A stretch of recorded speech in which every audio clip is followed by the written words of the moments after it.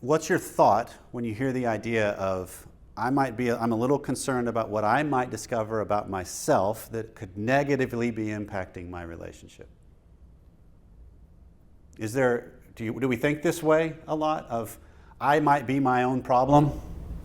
Only because I listen to you. Okay, well I appreciate the buttering up as we get started. Thank you. Okay. That's absolutely true though. Okay, yeah, it's not a common way we think, right? We don't often think of this because a lot of times when I'm looking at this whole idea of desire, it's recognizing that there's a way things work in relationships. And a lot of times, I am my biggest problem. But yet, what I want is for my spouse to be my biggest problem because that's easier to take on.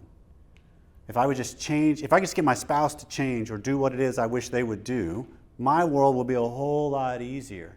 But what I don't recognize is if they actually did change, that creates a whole nother list of problems. And most likely a whole other list of boredoms. Right? Because there's an element of how often do we spend time strategically, we maybe don't think this way, but how often do we strategically spend time trying to get away from ourselves? Because we stay distracted, we jump on social media, we read books, we watch TV, we binge things, we eat, we do all these different things, and some of that underneath it all is I'm just trying to avoid myself. Because I don't really like me in some parts of me, right? So it's just recognizing there's a way things work, and that's where we're going in this session. And so let me ask you how do you react if you have an interaction with your spouse where you're off in the part of the house doing something, and they come walking in, and they say, hey, I was just wondering about, nah, never mind, and then they leave the room.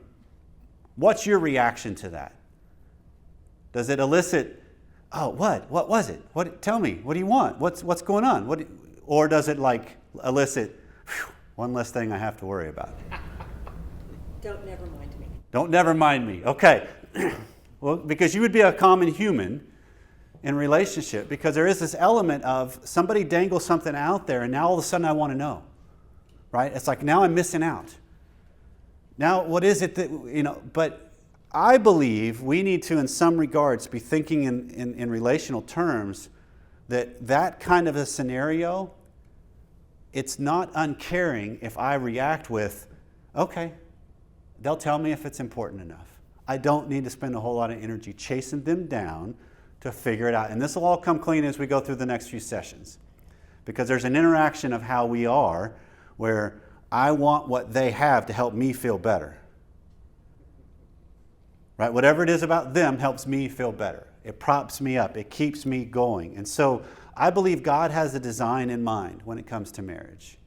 And I think it pushes us to decide what I'm willing to hold on to and what I'm willing to give up. All the way through.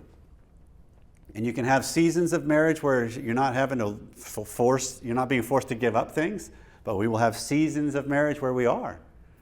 Where I have to decide, okay, is this something that's really of value? Or if I give up on it, do I lose myself? Because that's the tension that's going on between us. That's the struggle that's all the way through.